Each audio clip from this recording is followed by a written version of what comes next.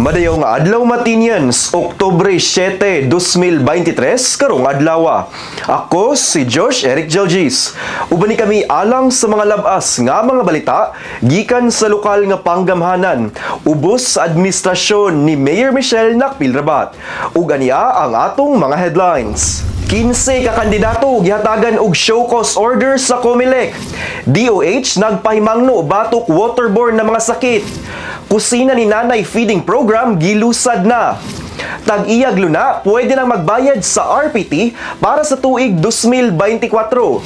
49 kaparisan dungang gikasal sa Barangay Kabuaya. Sa sports, pickleball gitudlo na sa mga estudyante sa Matiaw. Ug sa feature, LGUs magtinabangay para sa pagpalambo sa turismo sa probinsya. Kana ug uban pa sa pagbalik sa Ang Mati Karon.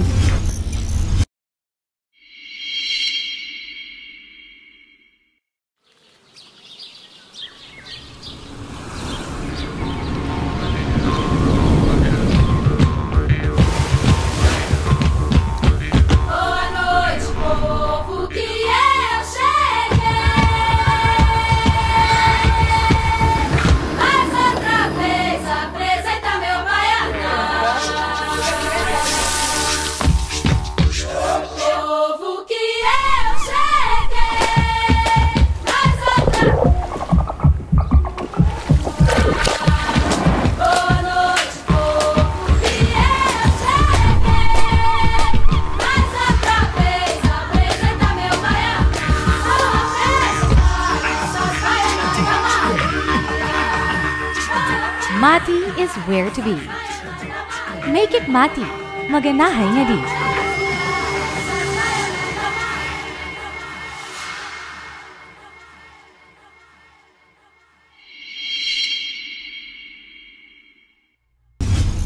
Kabay gustong isumbong nga problema sa inyong barangay? O di ka proyektong kinahanglan ninyo nga wala nga tagad? Kung kamo nangitag kadangpan sa inyong suliran, i-report na kana sa Ang Mati Karon.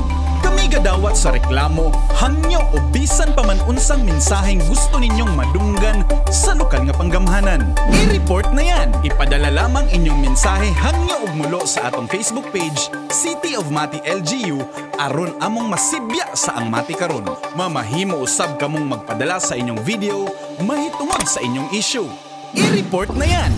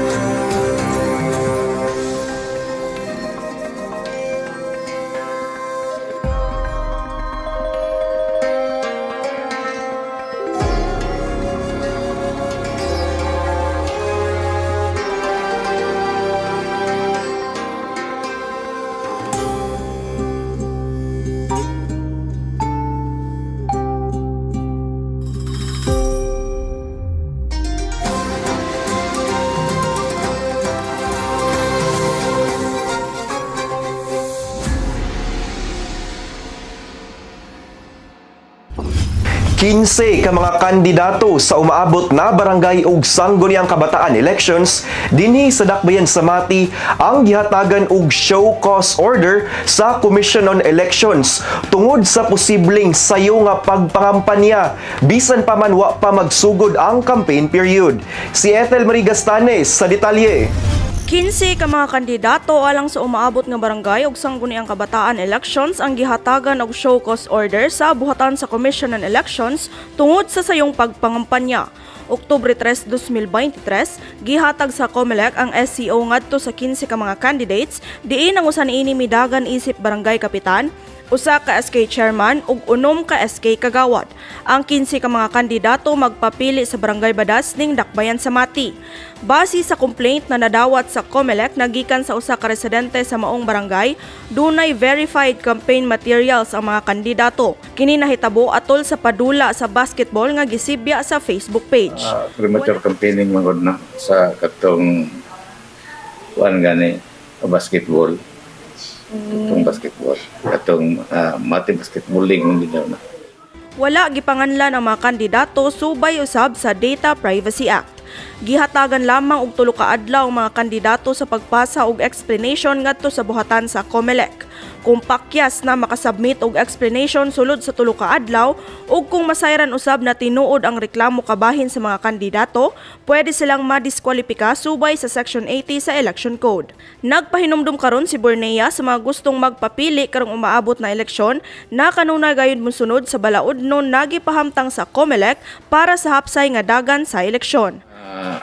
Sama sa giingon nako sa pagsugod sa kumanlag kuan kaning filing, after filing ginadili ng tanan nga ngayong buhaton. So dili man ang kumilik ana makakuha sa makatan-aw gid sa inyong tanan, no. So ang kuan na ang hatag ana og kaning laban sa inyong ulo kung muhatag verified complaint sa COMELEC at ang inyong mga kalaban diya sa inyong tagsa-tagsa ka barangay. Ang campaign period magsugod karong umaabot nga Oktubre 19 hangtod Oktubre 28. Kini si Ethel Marie Gastanes para sa Ang Mati karon. Nagpahimangno karong bag-o ang Department of Health batok wild kon mga sakit nga kasagarang mukuyana panahon sa ting-ulan. Kini mao ang waterborne nga mga sakit, influenza-like illness, leptospirosis ug dengue. Si Jilbis Jean Patalinghog sa report. Karong panahon sa ting-ulan, nag-atubang sa nagkadako nga hagit sa panglawas ang publiko. Kini gumikan sa mga waterborne nga mga sakit ingon man influenza-like illnesses, dugang pa dinhi ang hulga gikan sa leptospirosis ug dengue. Tungod niini, mipagawas ang Department of Health og komprehensibo nga advisory pinaagi sa City Health Office Mati nga nag-awag sa mga tunghaan og komunidad sa pagpataas sa ilang depensa batok niining makatakod nga mga sakit. Ubos sa DOH Infectious Disease Advisory No. 2, ang higpit nga mga lakang gipalig-on nga nagtutok sa maong mga sakit. Nanawagan ng DOH alang sa kolektibo nga pagbantay ug diha-diha nga pagpatuman sa mga lakang sa pag-amping batok wild. Ang influenza-like illness kon ILI mao ang mga makatakod nga sakit gumikan sa virus o bakterya nga hinungdan sa impeksyon sa ilong, tilaok ug baga. Atol sa World Health Organization kon WHO, kini mo'y mga impeksyon na may kaubang kalintura na di mo baba sa 38 degrees Celsius ug ubos sulod sa napulo ka adlaw. Mahimo usab nga mabati ang mga mosunod.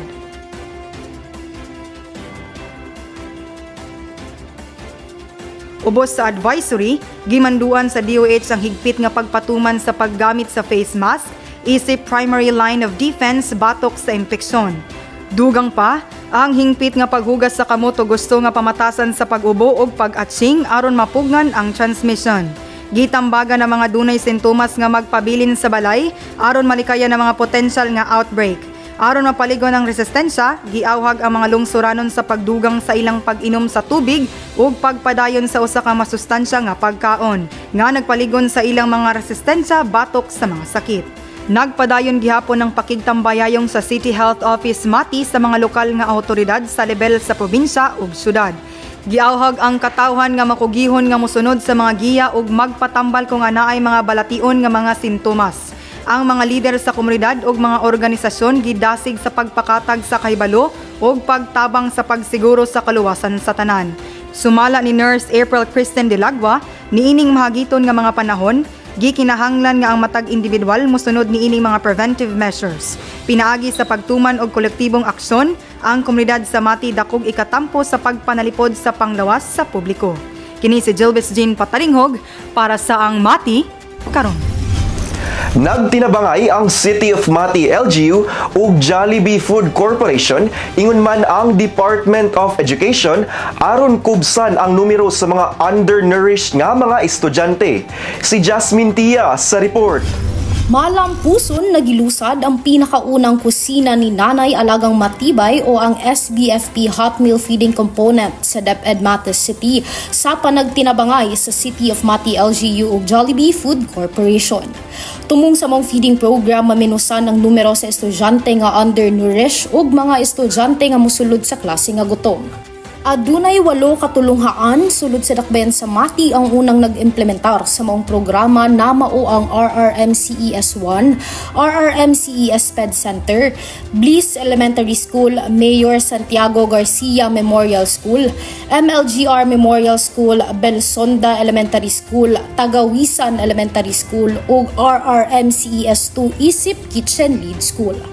Adunay 930 ka mga undernourished nga estudyante ang benepisyaryo sa unang paglusad sa kusina ni Nanay.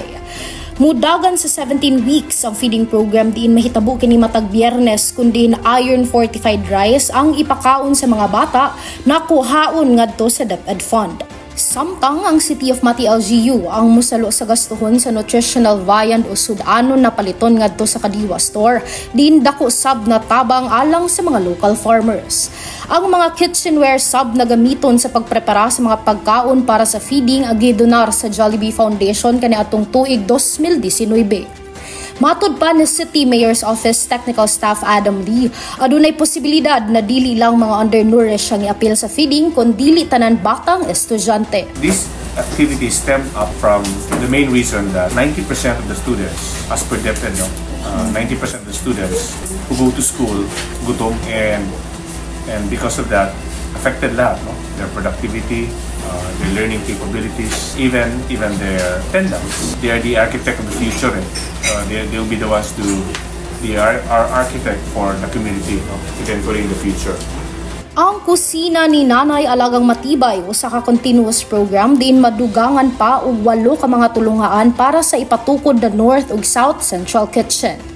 Ang unang 8 ka mga tulunghaan na gilunsaran sa mga feeding program mao ang mga tulunghaan na pinakaduol sa Barangay Sentral.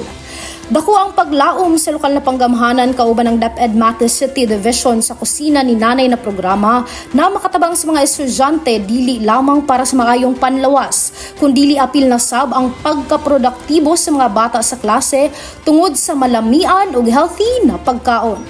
Kini si Jasmine Tia para sa ang Mati karon. Good news sa mga nanag-iyag luna dinhi sa dakbayan sa Mati. Mamahimo na kamong magbayad sa inyong real property tax alang sa umaabot nga tuig 2024 pinaagi sa Electronic Payment and Collection System kon EPCS. Kung kamong mag-advance payment, duna kamoy diskwento nga 20%. Si Nash Tiguelos sa report.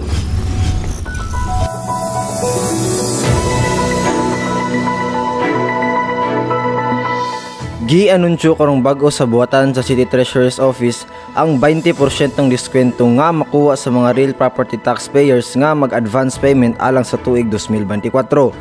Makadawat og 20% discount ang mga taxpayers nga mag-advance og bayad sa ilang RPT. Apan ang advance payment pinaagi sa Electronic Payment and Collection System kun EPCS nga bag-ong pamaagi sa atong e-payment system aron mas mapadali pa ang pagbayad sa mihuras o real property tax. Ang CTO nag-auhag sa mga tag-iya og luna og propiedad sa dakbayan sa Mati sa pag-avail sa maong diskwento pinaagi sa pagbayad online. Alang sa mga interesado, pwedeng mobayad pinaagi sa online application na sama sa GCash, over the counter sa LBC, 7-Eleven, RD Pawn Shop ug uban pang partner outlets. Aron maka-avail sa maong diskwento, adto lamang kamo sa EPCS website nga www.cityofmati.com ug sunda lamang ang instruction didto. Una, mag-sign up ug ibutang ang mga gikinahanglang impormasyon. Kung doon na kamoy account, pwede ra ninyong ibutang ang username ug password ug mag-login. Ikaduha, i-click ang select transaction nga makita sa upper right corner ug pinduta ang real property tax button. Ikatulo, I-click ang apply transaction for someone kung magbayad kag RPT sa laing tao o di kaha apply transaction for myself kung magbayad ka sa imong kaugalingong RPT. Ibutang ang personal information sama sa first name, middle name ug last name. Sunod i-input ang PIN o ARPN sa properidad, lakip na ang supporting documents ni ini. I-review ang mga impormasyong gibutang usa i-click ang submit. Pahinomdom, ang verification ug approval mahitabo lang sulod sa office hour, maong mas maayong hulaton ang confirmation sulod sa usa ka adlaw. Human mabiripika ang RPT application, ipakita sa dashboard ang listahan sa mga PIN sa taxpayers ug mamahimong i-click ang generate SOA para makabuhat og invoice. Hulata lang ang SMS o email na isend sa system. I-click ang go back to transactions kung gustong makita ang transaction status ug pay now button kung magpadayon sa pagbayad. Ikalima, human maklik ang pay now button, mudiretso kini sa payment portal. Diin makapili ang taxpayer kung asa magbayad, over the counter ba o e-wallet. Kung magbayad over the counter, i-secure ang kopya sa generated barcode o reference number ug ipresenta kini sa teller sa napiling OTC channel. Ang suportadong OTC channels mao ang mosunod. Para sa e-wallet, i-click lang ang GCash dayon confirm. I-input lang ang GCash registered mobile number ug i-click ang next button para sa payment. Ang payment confirmation sa OTC o e-wallet transaction madawat pinaagi sa SMS o email, samtang ang printable electronic official receipt is-send sa email sa taxpayer. Giauhag usab sa CTO ang mga Matinians na suportahan ng mong proyekto pinaagi sa pagbayad gamit ang EPCS.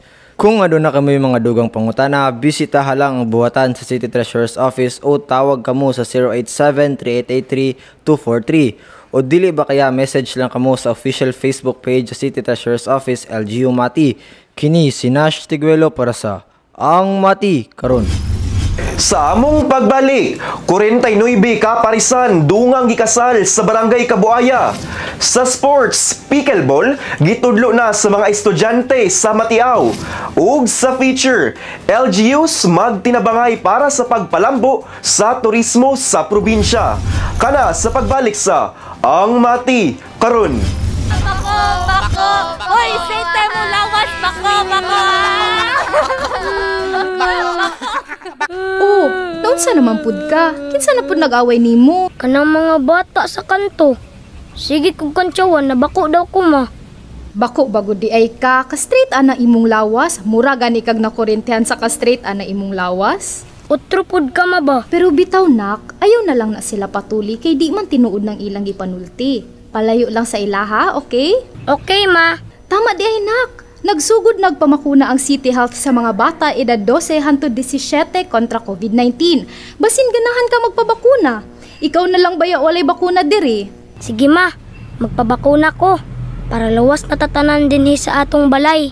Bako de Jesus, ikaw na sunod pakunahan. Bakunahan na taka ha, relax lang. Okay na dong, isog man kayo ka, wa gyud mahadlok. Salamat ma'am. Ramil Sante, ikaw na sunod. Dali na! Pagpabakuna na ba? Katalawan ba aning bataa? Paisog-isog subang bata pero talawan di magpabakuna? Lingko diha! Hindi lang ko magpabakuna, mabing ma. Hoy! Balik din ni Ramil! Diyos ko ning bataan ni. Malipayon lagi ka nak. Kadto gani bata midagan pagawas ganina ma? Maugod tong sigig pangaway nako. Mauba? Talawan man lagi to. Lagi ma. Pagtuog yun bitaw na kong isog to siya. Maayon na lang na kay bakunado na tanan sa balay para makalikay na ta sa COVID-19. Kung ikaw edad 12 hangtod 17, pagpabakuna na sa pinakaduol nga vaccination site sa inyong barangay. Papa Vaccine! Bakunada! Sikitang ligtas! Nagbabantang kalaban na dating napuksa, muling lumalaganap at lubhang nakakahawa. Kaya dapat sabayan ng paghahandang maging ligtas. Nakakabahalang maraming batang tinamaan ng polio, rubella at tigdas. Siguraduhin may paranggalang na malakas. Yeah! Nakahanda na ang bakuna na mabisang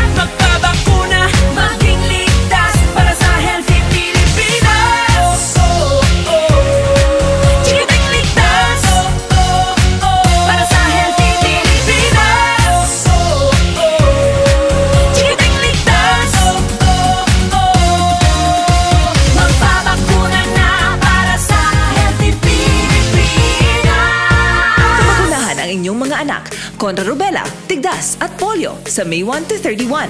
May dagdag na vitamin A supplementation pa. Alamin ang schedule sa pinakamalapit na health center. Magpapakuna na para sa healthy Pilipinas. Paalala mula sa DOH.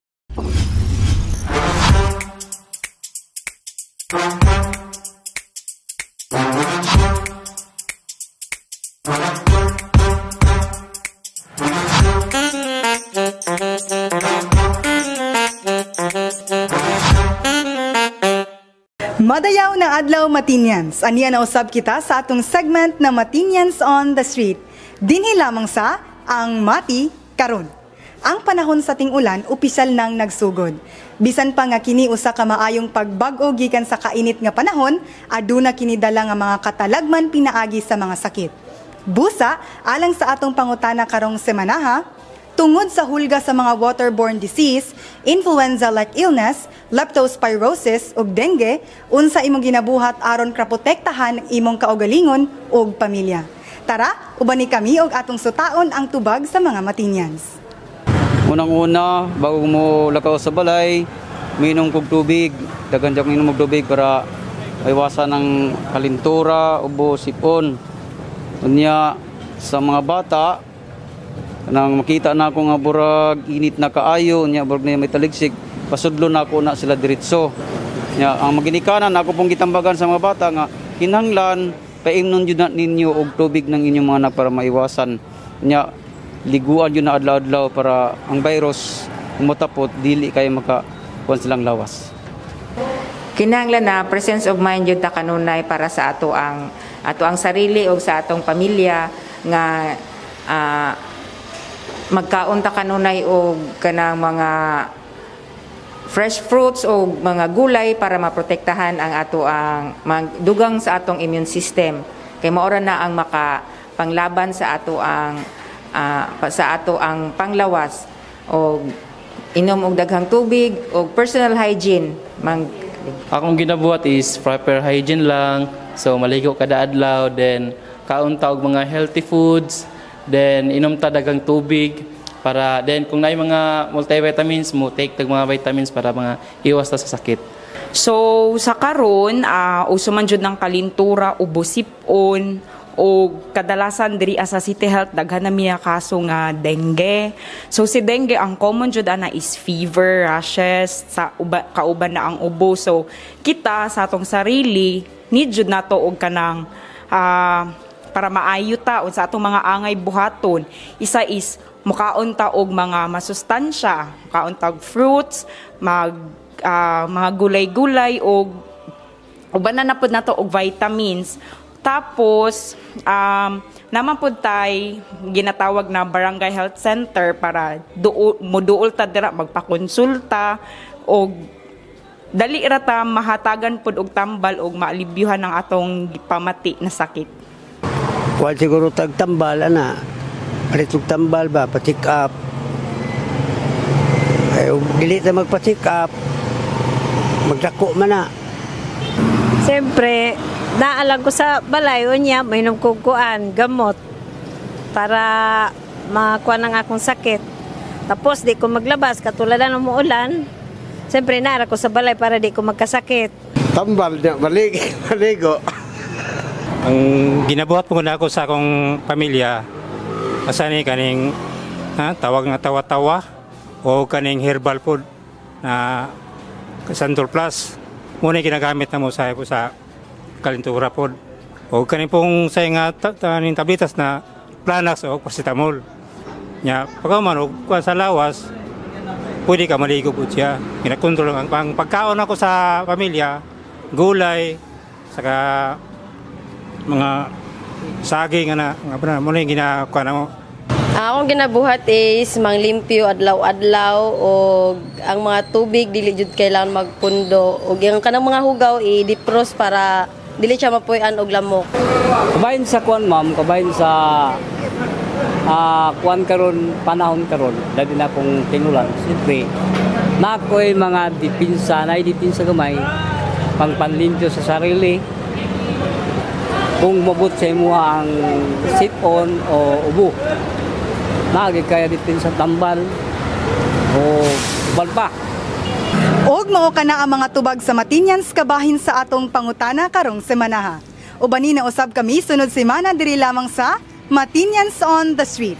Ako si Jilbis Jean Patalinghog, Amping!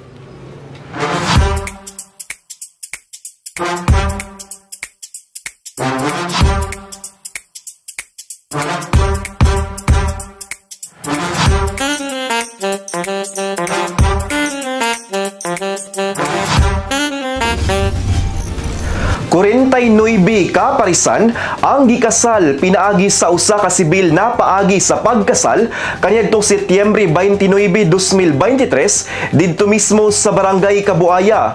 Si Ethel Marigastanes sa report. Dako ang pasalamat sa 49 kaparisan sa libreng civil wedding tungod nakasal na jud sila sulod sa sobra 5 ka tuig na nilang panag-ipon.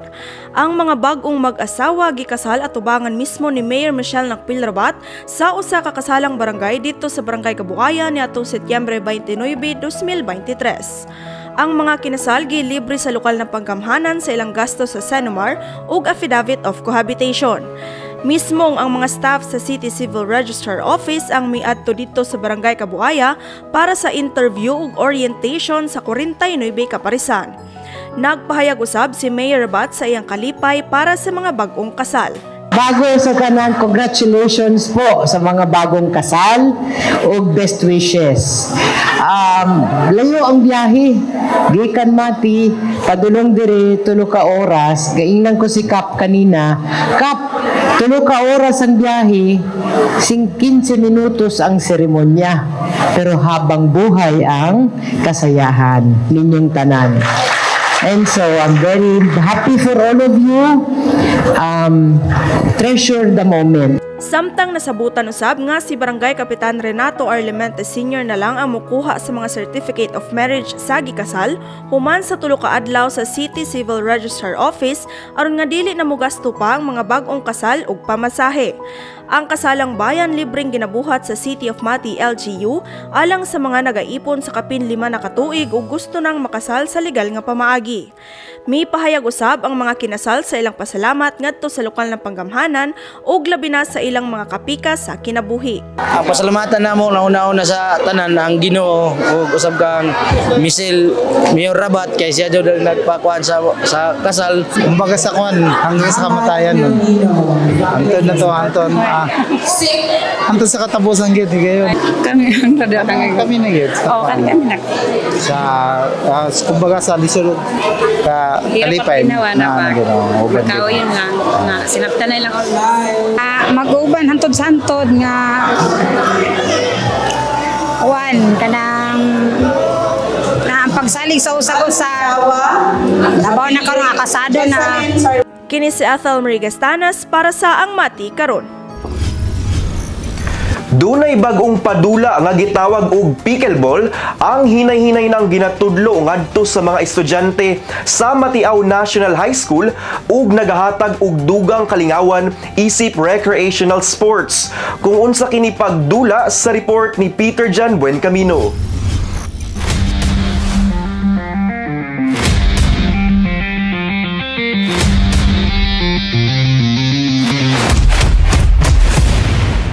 Dakong kalipay ang natagamtaman sa mga estudyante o mga mantutudlo sa Matiaw National High School human nakatuon og nasinati ang pagdula sa pinakabagong sports nga gitudlo kanila sa usa sa ilang kaubanang matutudlo nga mao ang pickleball. Ang pickleball usa ka recreational paddle sports diin kombinasyon sa 3 ka sports nga tennis tungod sa pamaagi sa pagduwa niini, badminton mahitungod sa dakuon o kalaparon sa court ug pingpong kay susama sa pingpong ball o racket ang ekipo niini. Sumala pa ni Edgar Cabuenas, teacher o pinakaunang nagtudlo sa dulang pickleball sa MNHS nga usa sa iyang suod nga higala nga nagpuyo sa Maynila ang mibisita sa Mati aron mosalmo sa usa ka open tennis tournament. Sa pagbisita sa iyang higala, nagdala kini og racket sa pickleball diin na mahimong interesado sa Cabuenas nga tun-an tungod sa kasimple niini ug susama gihapon kini sa iyang sports nga tennis. Dungag pa ni Cabuenas nga ang pickleball mamahimong matun-an ug madulaan sa bisan unsang edad tungod sa simple ug dili komplikado nga pamalaod sa maong sports. Gisaysay ni Cabeñas nga nalipay siya tungod kadaghanan sa iyang mga kaubanang magtutudlo ang interesado sa maong sports. Dungag ni Cabeñas nga iyang paningkamutan na mailhan sa tibok dakbayan ang pickleball, pinaagi sa libreng pagtudlo niini sa mga interesado nga makatuon sa maong sports. Naghinaot sab si Cabeñas na sila masuportahan sa lokal na panggamahanan sa dakbayan sa Mati, pinaagi sa dugang nga ekipo nga mamahimo nilang magamit sa dula lakip na sab ang lugar nga mamahimong mabutangan og pickleball court.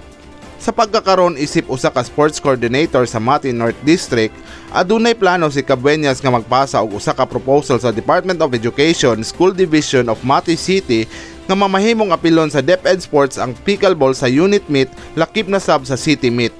Kini si Peter John Buencamino para sa Ang Mati Karon. Nagplanong makigtambayayong ang dakbayan sa Mati ngadto sa ubang lungsod sa probinsya aron sa mas dakong plano alang sa turismo sa Davao Oriental. Ania ang report. Pakigtambayayong ug dili pakigkompetensya. Mao kini ang tumong sa City of Mati LGU sa planong turismo nga di lamang ang dakbayan ang makabenepisyo apan apil na ang ubang munisipyo sa probinsya sa Davao Oriental. Niadtong Setyembre 28, subling miabli sa publiko ang Eldon Resort sa lungsod sa Governor Generoso, diin nagtumong sila na mamahimong nagunang dive resort di lamang sa probinsya apan lakip na sa tibuok rehiyon sa Davao.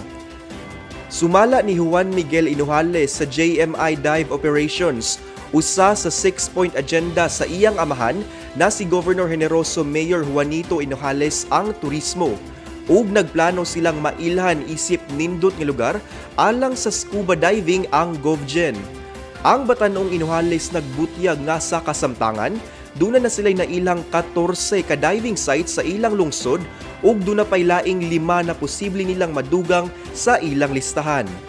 Tourism is one part of the agenda of the mayor. So, ang plano natin sana sa tourism is to support the local businesses here, especially yung mga resorts natin.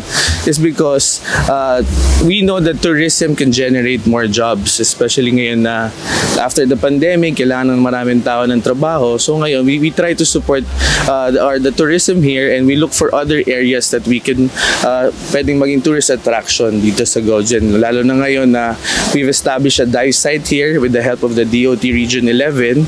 So we launched it I think last July in Davao, and now I think we have already 14 dive sites here that the resort owners can use and pwede rin na maging negosyo and additional jobs sa mga tao.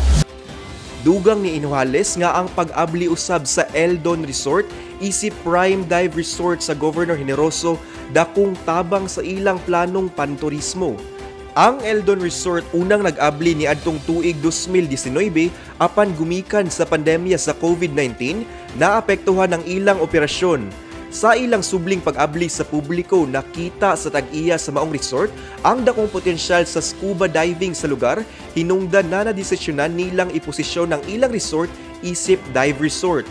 Sumala ni Eldon Resort CEO Manuel Zamora Jr., target nila ang mga scuba diver di lamang sa rehiyon, apan apil na sa nasod ug bisan sa gawas sa Pilipinas.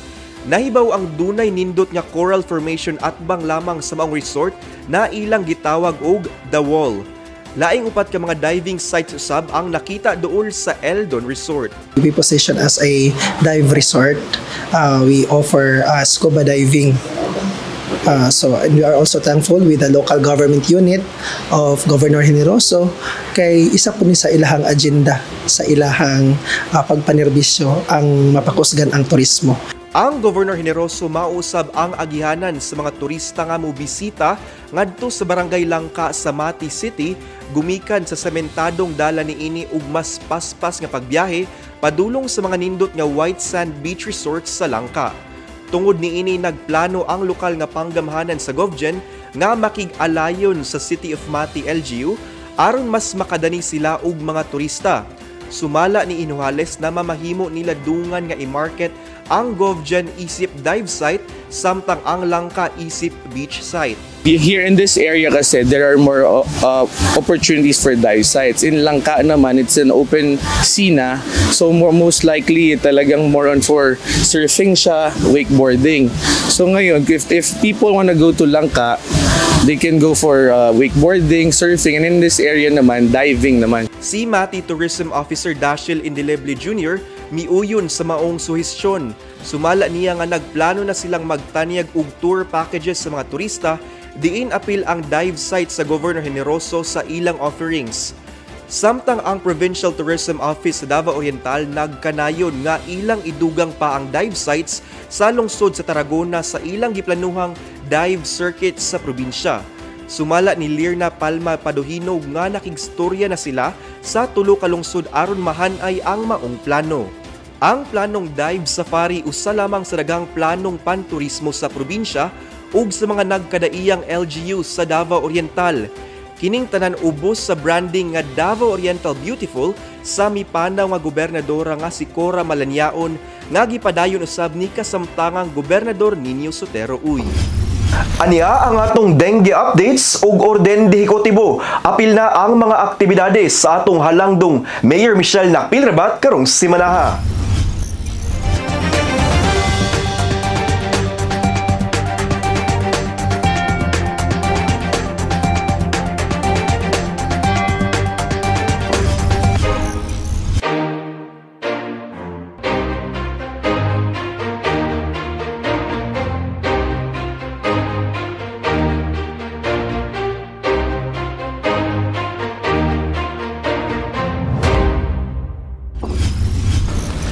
Ug mao kana ang atong mga pinakaulahing balita gikan sa City of Mati, LGU.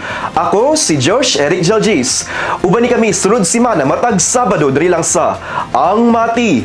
Karon, atong kanunay hinumduman nga magmakusganon, magmatinabangon ug magmahigugmaon matag adlaw.